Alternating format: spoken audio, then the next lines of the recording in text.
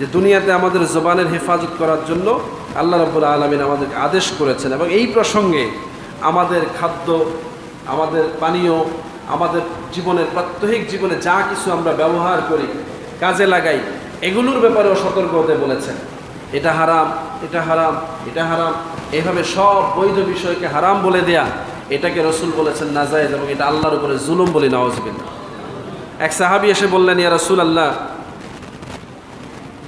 ইন্নী ইযা আকালতু লাহমা ইনতাশারতু, যখন আমি গোশত খাই আমার শরীরে উত্তেজনা বেড়ে যায়, শরীরের সক্ষমতা বেড়ে যায়, এজন্য আমি কি করেছি, ইন্নী হাররামতাল লাহমা, আমি গোশত আমার জন্য হারাম করে দিয়েছি। নাউযুবিল্লাহ।